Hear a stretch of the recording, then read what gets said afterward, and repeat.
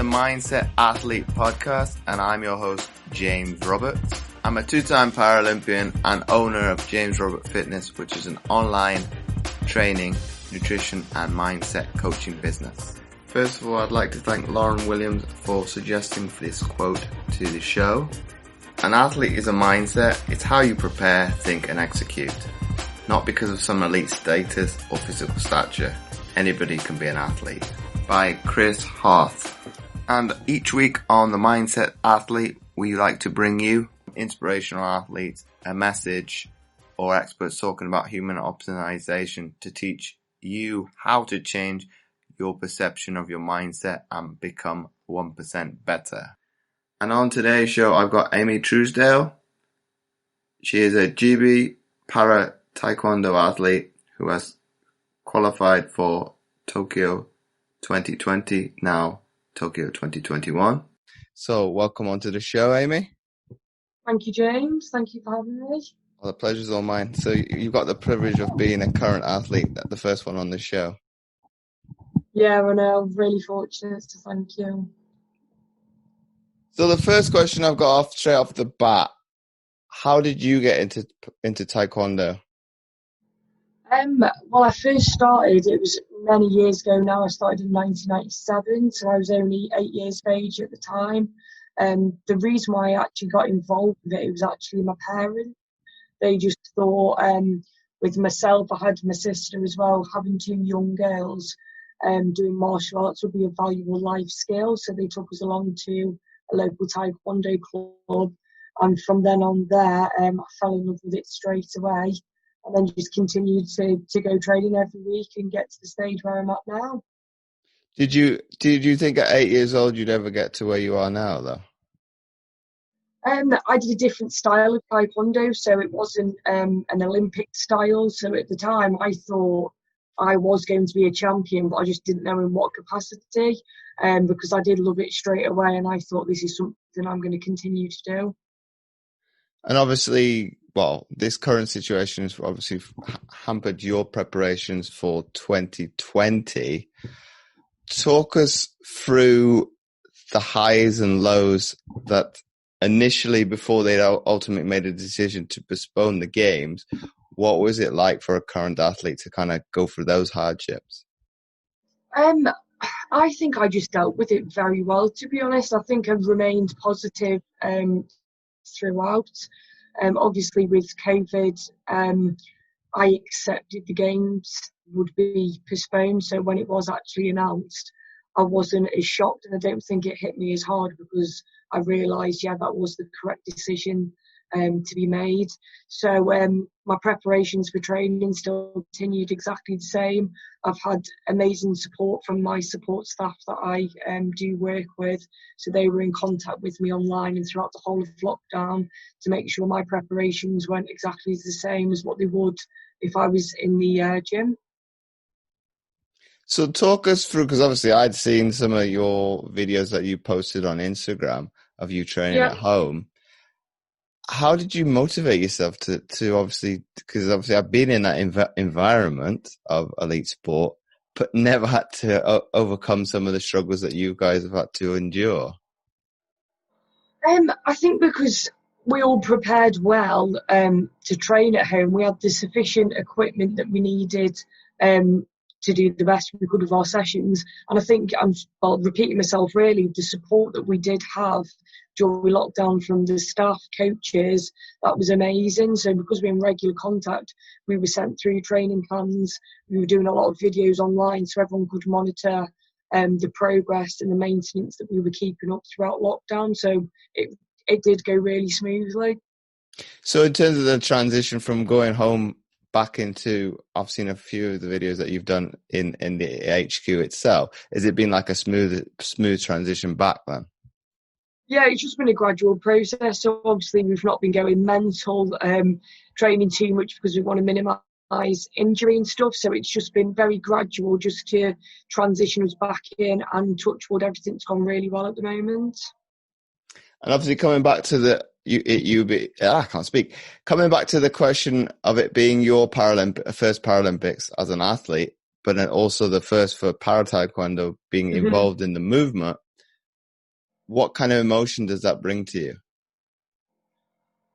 I just think it's amazing, really. I think because obviously I'm the first person to qualify for the Paralympics in Para-Taekwondo, and the fact that it's making its debut, I feel like just really proud of myself, really, that there was a time where Para-Taekwondo wasn't even a full-time program, so the fact that my achievements have made this like a reality. I'm just really proud and obviously very excited about the event itself. And do you think because of being surrounded by obviously Olympic champions, Olympic medalists, do you think there's added pressure, or kind of that pressure is alleviated because of that support that you have close knitted around? They can kind of guide you a little bit more of what a games is going to, a sense, feel like, without having first experienced it for yourself. I suppose it's a bit mixed, really. Obviously, I will feel some pressure at some point because I'm the first person to do it and it's the first games. So obviously I do want to medal, and people would expect me to medal. But again, we have got a good support network. We have got Olympic athletes, Olympic medalists within our training facility. So even me having conversations with those sort of athletes just to get a bit of an understanding of what a games is actually like, that will be really beneficial for myself. A little bit of pressure obviously, but overall there's enough people that I can talk to give me a bit more insight. And to give some insight obviously to the program as a whole, Amy, is it very much similar to, if I use my experiences of leading up into a games, of something like GB rowing, where it's one program until the Olympics and Paralympics? Is Taekwondo very much like that as a program then? It is really. So our facility, we have the Olympic side and the Paralympic side. So we call them pods. We have an Olympic pod where all the girls train, the boys train in their pod, and then the para team train in theirs. So we all train together, and then obviously do our competitions and then accumulate points throughout the year, and then it will be the top 4 in Para-Taekwondo or the top 6 that will then qualify for the games. Do you think that's, for you in particular, Amy, coming from obviously it being a able-bodied sport when you started very young, you see it as no different, and the disability is what it is? I suppose so. I think though with Para-Taekwondo, because the rule changes are very different to able-bodied, and I think the category I'm in, it's a lot more complex. So I have my left arm missing, but the category allows ladies who've got CP, ladies who've got MS, they might have 2 functioning arms, so therefore they would be at an advantage because they can actually block with both arms across the body, protecting. That's where I'm trying to score. So I suppose there's pros and cons to it all together, because there is a vast disabilities within my category. But it's just one of those things. Everyone's enjoying it and still doing the best they can, so that's all you can ask for, really. And obviously for you being British, how inspirational on your career was London 2012 then? I think it was amazing. I can remember watching it. Obviously, Jade Jones, she was so young, being the first female. So I do look at her and think, hopefully, I will be like the para version of Jade. And with it being my first games, hopefully, I can do the same and hopefully get gold. Well, it's I'll give you a little bit of. I think it was easier for me personally for my first games to be out of the UK, because I think there's less pressure to a certain extent because you are an unknown, and be it you don't have the media spotlight as much as obviously London, the sport I competed in, weren't going to medal, but that's a different one altogether.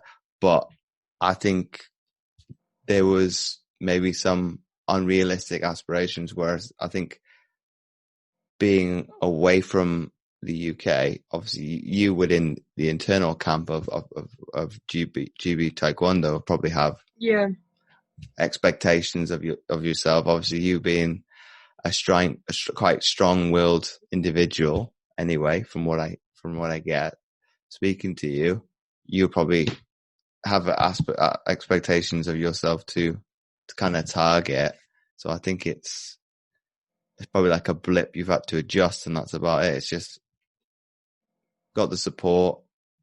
It's an extra 14 months, and you've probably taken it on board. Well, what can I deliver more when now I've got extra time? Yeah, definitely. I think it's just, you just need to see it as another opportunity to improve for the next 14 months. So instead of being like disheartened, just think of what like extra sort of gains that you can make during that time. Has lockdown given you a chance to obviously focus on the social media perspective of you as a brand a little bit, when you didn't have to obviously you got to train, but you didn't have to obviously travel to train, so you can focus on showing a different side to you? And obviously you did. Yeah, to be honest, I don't really post a lot on my social media, and I did probably was a little bit more active during lockdown, and I think it's just good just on reflection myself to see how I am improving within my training, within my kicks. So yeah, I think it's really good that I did post a lot more and just make more people aware of what other para athletes are actually doing, like prior to the games. Well, I think loads of you have, and it's showing the resolve, the adaptability to, okay, I've got to train from home, make do for, I think, about 12, 13 weeks. Some probably a little bit longer, but the swimmers will probably have to wait a little bit longer. But you've made do, you've adjusted. I probably applaud you for that, because that's a form of resiliency in terms of, okay, it's the hand I've been dealt. I'm not going to play the victim. I'm going to adjust, and then and train accordingly. Obviously, with the supervision that you talked about, with the support that you've got. Yeah, definitely. So yeah, it just went really well. I think you can go one way or the other. Either feel sorry for yourself, sit on the sofa, don't do anything, or just do as much as you can with your training. That's what I decided to do, because it was very uncertain how long we were actually going to be in lockdown for. So if I'd have done that, if I'd have just sat and chilled out for 12 weeks, I know I would have been physically unfit coming back. And I did not want to be in that situation where I was struggling. So I did actually come back feeling fresh and kicking really well. So yeah, good that I kept up with the training. Otherwise, I think it would have been a very hard transition back into the centre. What do you put that down to in terms of having, because people will say that's willpower, motivation. What would you put that down to you personally? Just motivation, because like my the games has obviously been postponed. I can't really take my foot off the gas. I've still got to keep going. And I think if you get too relaxed, then it's even harder to get motivated. So just keeping ticking over, keep trying. It was just good motivation. Have you always been like that as an individual then? I think I've improved as I've got older. I think obviously when you're younger, you can let things distract you, and your motivation cannot be as, it's not as up there. But yeah, I think I've definitely improved within the last few years. So you see it as, and I don't like using this saying, a glass half full approach then, in terms of I can always top it up. Yeah, definitely. I think there's always room for success and room to improve. So yeah, just keep going. So my penultimate question to you then, Amy, if you had to sit down with any athlete, dead or alive, who would that be, and then why? Oh, this is a very tough question. I think from like a martial art point of view, it would have to be Bruce Lee, and that's just because his training was intense from like the books I've read about him. I think his just philosophy in general and his thinking on way of life and how positive he was. I think, yeah, Bruce Lee, he would probably be the person I would sit down with and have a conversation. I think you're the second person to say that on this show. So that's be a very interesting topic. Obviously, the person answers a different way on a multitude of him kind of being ahead of his time, not just from martial artist perspective and stunts, but just mindset and all things. Yeah. Kind of ahead of his time. Well, probably 30, 40, 50 years before that obviously had been recognized now. So my final question to you then, Amy, I like to end on this note with every episode. If you had to summarize then what we've been speaking about today into one sentence for people to take away, what would that be? One sentence. My little motto that I would use all the time would be, it's your ability, not your disability that matters. And I just think, yeah, I think it speaks volumes. I think as a para-athlete himself, you can get judged. I think people don't think you can achieve stuff, but if you show your ability outshines your disability, then I think you're winning. So that would be my final sentence for today. So once again, Amy, thanks again for coming on the Mindset Athlete podcast. Thank you for having me. Yeah, it was really good talking to you. It's been my pleasure. If you like this episode, please do share it with your friends and do let Amy and I know what you thought of the episode by tagging us over on Instagram at Truesdale Amy. That's TruesdaleAmy and at James O. Roberts 11. And again, you can do the same on Twitter and Facebook.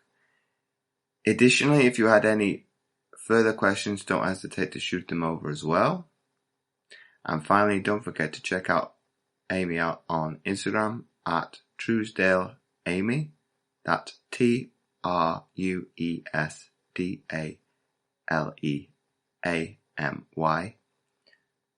And as always, do check out my free content at fitamputee.co.uk and click on the tab Resources. But not forgetting, I've also started a new Facebook group, especially for the podcast, which you can find by typing in The Mindset Athlete. And last but not forgetting, I've also rebranded my other Facebook group to Adapt, Master and Improve Your Exercise and Diet to help you lose 10 plus pounds. So make sure to check those links out. They will be in the description. You can find all the show notes at mindsetgame.lipson.com under the category Sport. So once again, thanks for listening, and I'll catch you next week for another episode of the Mindset Athlete podcast.